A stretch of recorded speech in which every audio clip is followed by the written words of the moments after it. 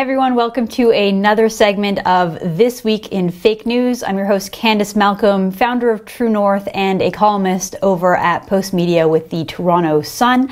There are a couple stories that I want to break down for you this week, and they're going to be kind of hitting on some of the similar topics we've been talking about for the past few weeks. So let's just jump right into it. The first story that everyone's been talking about this week are these billboards. As you probably know, as you've heard, a bunch of billboards were put up across the country with a picture of Maxime Bernier, the leader of the People's Party of Canada, and the billboards had a pretty simple message. They just simply said, "Say no to mass immigration," with a picture of Maxime Bernier, big word that said vote, and then the People's Party logo. We've learned that these billboards did not go out under the People's Party. It was a third-party supporting group that put them out. The group is called True North Strong and Free Advertising. It has no connection whatsoever with this organization, with True North. Just obviously a very common name, given that the words right there are in our national anthem. Anyway, there's a huge uproar over these billboards. People were outraged. There was a series of just ridiculous headlines. The Toronto Star headline said it was a deceptive billboard. The Calgary Herald headline said that it was hurtful. And probably the silliest headline that I saw was right in those Sun papers, in the Edmonton Sun. An activist said that these billboards were very racist. Very racist to say no to mass immigration, according to these politically correct Canadians. So after a whole bunch of complaints and people, you know, the mob mentality that we see so often, complaining, the organization that owns the billboards, Patterson, they decided to take those billboards down. So billboards are gone. Apparently we cannot have a conversation about immigration levels in this country.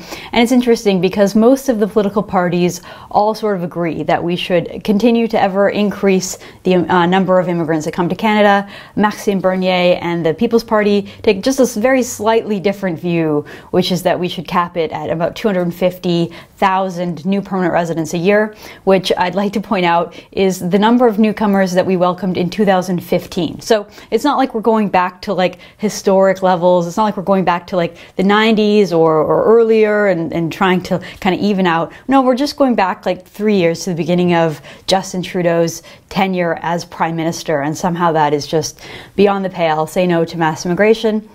So as you would expect, the mainstream media found a whole bunch of leftist activists to dissect this message and accuse Maxime Bernier of saying something that he's not saying. This is their favorite thing that they do. They will accuse a politician of, only on the right, accuse a politician on the right of so-called dog whistle politics. So that's when you blame a politician for saying something that they didn't actually say. I get accused of this all the time by the sort of deranged, regressive left. They can't point to anything controversial that I've actually said or that Maxime Bernier said, but then they accuse us of saying things that we haven't said, and so they call this dog whistle politics. So you have to sort of read between the lines and invent a new message from not the message that's actually put out there. So apparently, say no to mass immigration is dog whistle politics, and there's an embedded message that really just says we hate everybody, or we don't want any immigrants, or we want to deport people, or something like that, which is clearly not what Maxime Bernier is saying. In fact, he consistently has a message that Canada needs to lower its immigration levels to just what we had 3 years ago, focus more on integration, that is making sure that the newcomers to Canada, you know, are involved in the community, get a job, that they learn to speak English or French, and that they develop a Canadian identity and join the Canadian family, which I think every Canadian on the left or the right would agree with that, I hope, and that we should focus on the economic needs of the country. And so this is obviously in contrast to Prime Minister Justin Trudeau, who has taken the opposite approach. He has lowered the relative level of economic immigrants and increased the number of family reunification people, the number of elderly parents and grandparents coming to Canada, and the number of refugees and asylum seekers. So, you know, Bernier's position is just different. It's a policy position, and it's a legitimate debate that we should be able to have in this country, but heaven no, the leftist establishment does not want us to have this conversation. So here is an article on the CBC, and it actually has a pretty decent headline. It says, "Removing anti-immigration billboard is censorship," says columnists. And so they quoted a Quebec-based writer, Lise Reverie, who is with the Montreal Gazette, who said that this is just pure censorship, that we shouldn't be taking down a billboard just because we don't necessarily agree with the message in it. And again, the message is just super mundane. You know, it didn't say no immigrants, or send people back, or anything like that. It just said no to mass immigration.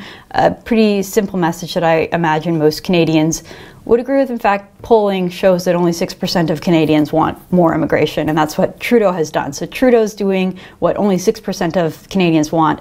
Bernier is talking about what the rest of us want, and somehow, it is beyond the pale. So here, the CBC has found a person to, again, say that basically having free speech is wrong. So this person says, journalist and human rights advocate Amira Al-Gabari said to claim the issue was about free speech is absolutely wrong. Quote, free speech is not a ticket to demonize and marginalize, says this person who serves on the board of the Canadian Anti-Hate Network. She called the billboard an example of dog whistle politics to get attention of voters who hold anti-immigrant views. Mr. Bernier can claim that this is him wanting to have a debate, but what it actually is, it's him signaling to those people who again are holding these views that this is what's going on, that he's going to be the one to quote unquote save Canada. So somehow this woman claims to know what Bernier is saying and what's in his mind when he hasn't actually said those things, and we don't know that that's what's in his mind at all. So she's saying that she understands Bernier better than he understands himself, and that this is really just about finding those racist Canadians and getting them to vote for the People's Party. And then we found another person that the CBC quotes, no mass immigration in Canada, says an expert. And as I've talked about before, this is the media's favorite thing to do, is to go find an expert, and that expert, that quote-unquote expert, believes exactly what they believe. They hold the classic paint-by-number left-wing view on an issue, and then the unbiased journalists, instead of having to insert their own opinion, they just insert their own opinion, and then they say, says an expert. And so then that's how we get this bias in the news. So this expert says that there is no mass immigration in Canada. So here we go. Contrary to the wording scrawled on the billboard, there is no mass immigration to Canada, points out immigration expert Usha George.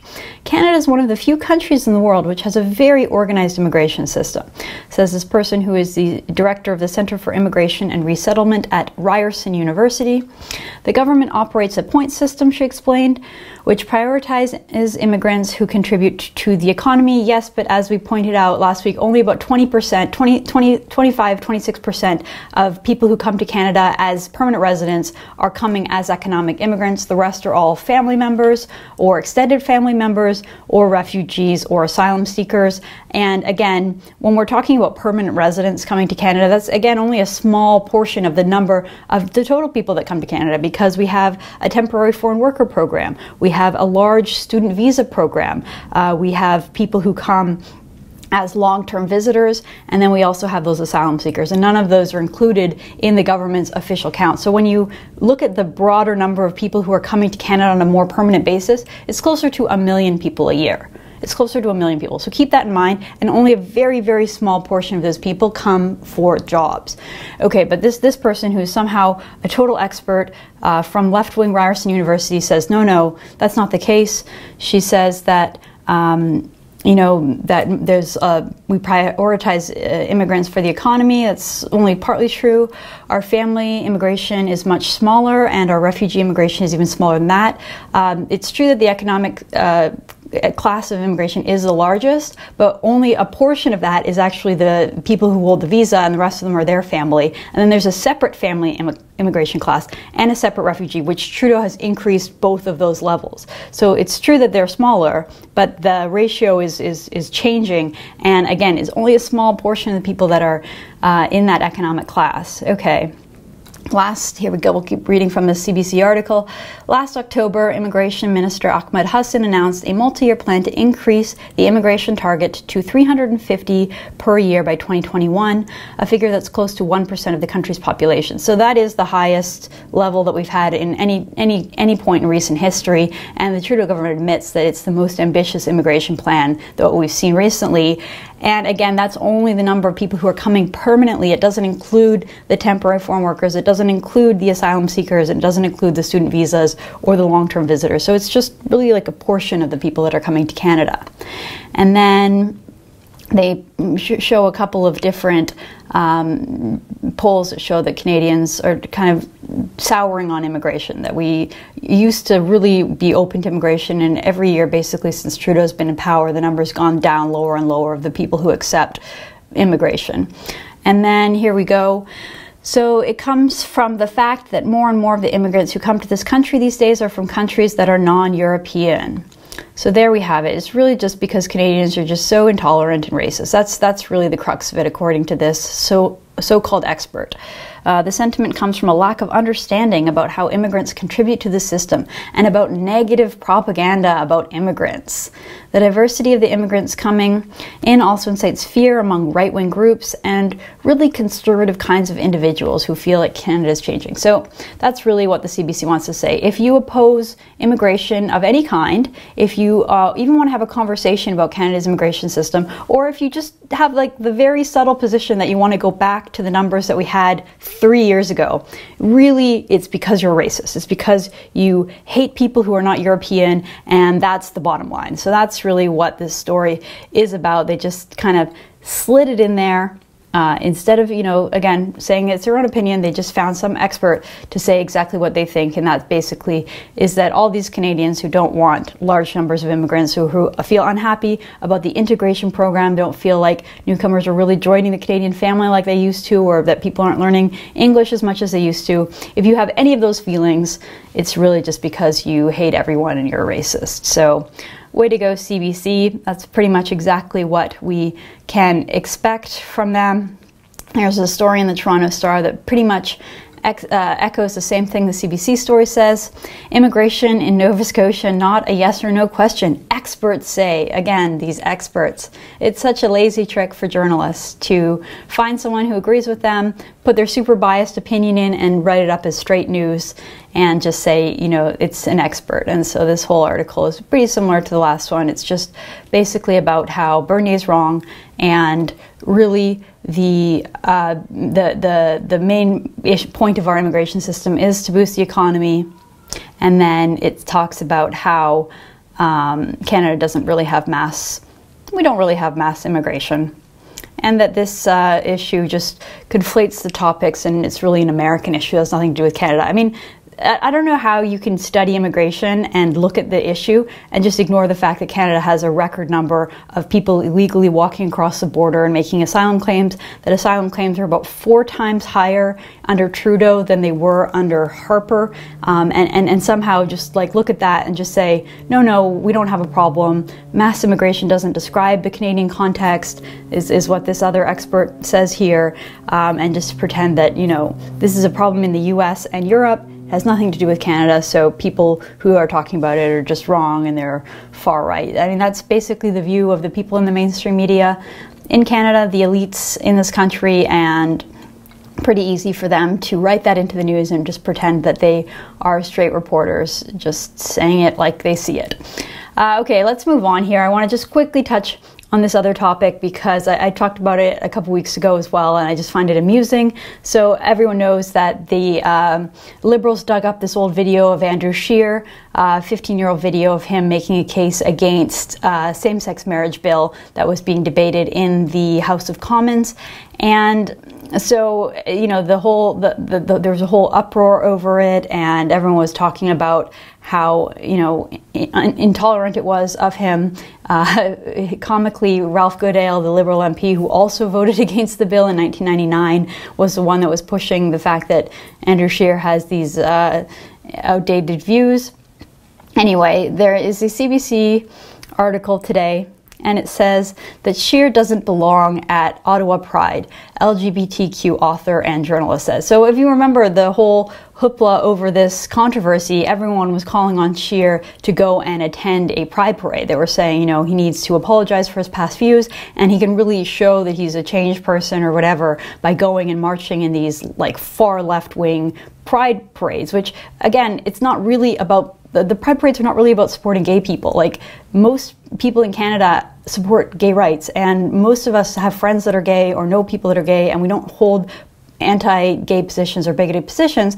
We just might not want to go to a pride parade because it really represents this sort of like left-wing culture where they're promoting all kinds of just far left issues. And as we've seen recently, they don't allow people who have any slightly different views. Like, they banned the Toronto police from marching in the pride parade. The Vancouver Pride banned UBC and the Vancouver Public Library from marching in the parade. So there's just sort of this like leftist authoritarian cult that happens every year, and somehow all the politicians in the country are expected to go and march in this. Well, you know, that's not all Canadians are interested in that, and you don't all have to have the same view and the same priorities. So after all that urging to have Andrew Scheer march in the Pride Parade, one of the leaders of the community basically said that Andrew Scheer is not welcome at the Pride Parade. So after all of that, he wouldn't be welcome there anyway, which you could kind of picture. You could kind of picture Scheer showing up at a Pride Parade and like getting booed and him not being welcomed anyway, because it's not like the Pride Parade itself is this, you know, bastion of like openness and liberalism. No, they're very closed as well, and they also have their hatreds and their, you know, bigoted views towards people. Case in point, they don't allow police to march in these Pride Parades often. The Pride Parade in Chicago banned Israeli people from going. Someone had an Israeli Pride Parade pride flag and they got kicked out of the parade. So not exactly the most welcoming, open-minded people. And I think this article pretty much sums that up. So I'm going to leave it at that. Those were my two most glaring those were the two most glaring biased stories of the week. Thanks so much for watching. If you see something in the news and you think it's biased, just send it on over and I'll take a look and try to dissect it next week. Thanks so much for watching. If you like this video, don't forget to subscribe to the channel, like the video, share it, and check us out, tnc.news. We have new stories every day, a new video every day. So check that out. Thank you so much for watching and have a great weekend.